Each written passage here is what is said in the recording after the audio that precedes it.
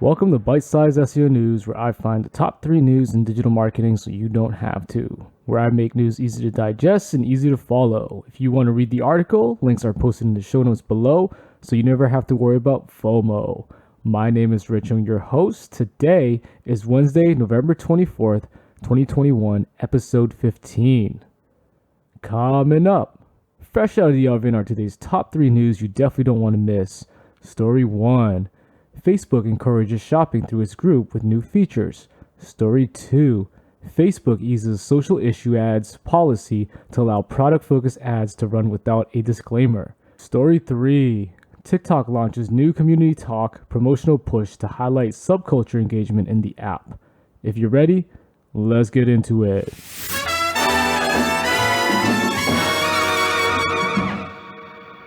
In our first story, reported by Tatiana Walk-Morris of Marketing Dive.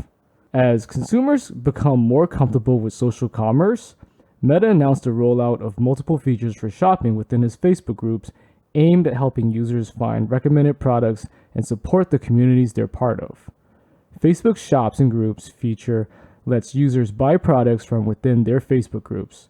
Facebook will also show product recommendations in its groups based on what other members have recommended when a user asks for guidance. Users can then purchase those items through Facebook. A top product mentions feature will promote product discovery in shoppers' news feed by highlighting recommended products from groups they're a part of, per the announcement. The company also has begun testing a live shopping tool for creators, enabling them to partner with brands and showcase products. In addition to product discovery and recommendation features, Meta released other tools to help shoppers make informed purchases. Community replies on Facebook connect shoppers with others that have bought items they're considering purchasing. Shoppers can view and reply to inquiries about products. The company has expanded its rating reviews, letting people see reviews from e-commerce sites before making Facebook and Instagram purchases. Instagram also now allows businesses to add users' product images to their product pages to let consumers view non-marketing product photos before buying something. The introduction of live shopping for creators is a continuation of Meta's experimentation with live stream commerce. In May, Facebook highlighted beauty and fashion brands like Sephora, Clinique, and Abercrombie & Fitch in a series of live shoppable videos through their Facebook pages. Both Facebook and Instagram have doubled down on facilitating shoppable commerce this year. Facebook added a Shops feature to WhatsApp in June, which allows sellers on the messaging app to integrate their Shops products into the marketplace. In July, Instagram announced that it was pivoting away from photos and focusing instead on creators, video, messaging, and shopping.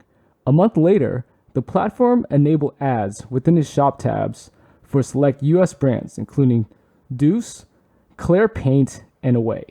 Social media platforms are focusing more on social shopping features as the behavior becomes more prevalent. Shoppers are predicted to spend more money via social media channels, especially younger consumers, during the upcoming holiday shopping season. A June report from the NPD Group found that just over half of survey respondents said they bought items based on content they saw on Facebook and Instagram. BrightPearl.com found in a recent report that more than 2/3 of Gen Z shoppers will shop via non-traditional channels, including Facebook, WhatsApp, Instagram, and YouTube. If you'd like to see more, make sure to check out Tatiana's article in the show notes. Next story. This one's reported by Andrew Hutchinson of Social Media Today. Facebook has announced an update to its social issues ad policy that will essentially reduce the stringency of its social issues qualifiers, ensuring more ads can run without the paid-for buy disclaimer notice. As a recap, in the wake of the 2016 US presidential election, Facebook implemented a range of new restrictions and parameters around political and issue-based ads in order to provide more transparency as to who's running and promoting pushes designed to influence public opinion. A key element within this is the requirement that all advertisers who seek to run political or issue ads need to be verified. To get verified, advertisers will need to confirm their identity and location. Any advertiser who doesn't pass will be prohibited from running political or issue ads. We will also label them, and advertisers will have to show you who paid for them. That essentially has meant that any Facebook ad relating to any social issue requires both verification and a paid for by disclaimer note, which users can tap on to learn more about the company or organization behind these campaigns. That essentially has meant that any Facebook ad relating to any social issue requires both verification and a paid for by disclaimer note, which users can tap on to learn more about the company or organization behind these campaigns. But now, Facebook's looking to ease back on that slightly. Open quote, "Because of the primary purpose of these ads is not to engage in advocacy, we're changing the way we approach a subset of them. Advertisers will no longer be required to complete the authorization process or include a paid for by disclaimer to run if we determine an ad includes the below 3 criteria.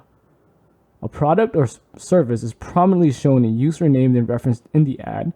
The primary purpose of the ad is to sell a product or promote a service, even if the ad content includes advocacy for a social issue, and the ad content contains a call to action to purchase or use the product or service." End quote. So now, if an ad relates to a social issue, but is explicitly selling a product as opposed to linking back to advocacy, it won't come under the same regulation. How that same process relates to, say, an image of a product that doesn't include the specifics in the text is probably harder to determine, but each ad is subject to review, and the basic push here is that brands can promote social issue related products and services, so long as the ad doesn't specifically advocate for action or support as such. If it does, then they can, of course, still run the ad, but they'll need to go through the authorization process. But even then, it seems a little confusing. It seems like there will be some confusion, but the gist is that Facebook or Meta wants to make it easier for more brands to run more ads by reducing the onus on them to go through the more stringent steps to promote products that are tangentially related to social issues. Either way, the policy has been updated, which will add new considerations for impacted advertising organizations. Make sure to check out Andrew's article for more information and examples. Our final story for the day. This one's also from Andrew Hutchinson of Social Media Today. TikTok has launched a new pitch for marketing spend by promoting what it's calling Community Talks, which seeks to underline the platform's capacity to facilitate and promote community engagement around specific topics and niches. Community Talks focuses on how TikTok helps to drive engagement within niches and how businesses can tap into the same process to maximize their promotional and branding efforts. In essence, TikTok's looking to broaden its advertisers' appeal by highlighting these sub-networks within the app, which may better align with specific products and services. That works to both showcase opportunities and maybe to reduce the broader intimidation factor around creating TikTok content. You might not have a good idea for a clever TikTok clip, but if your brand aligns with these subgroups, maybe you can start to see things from a different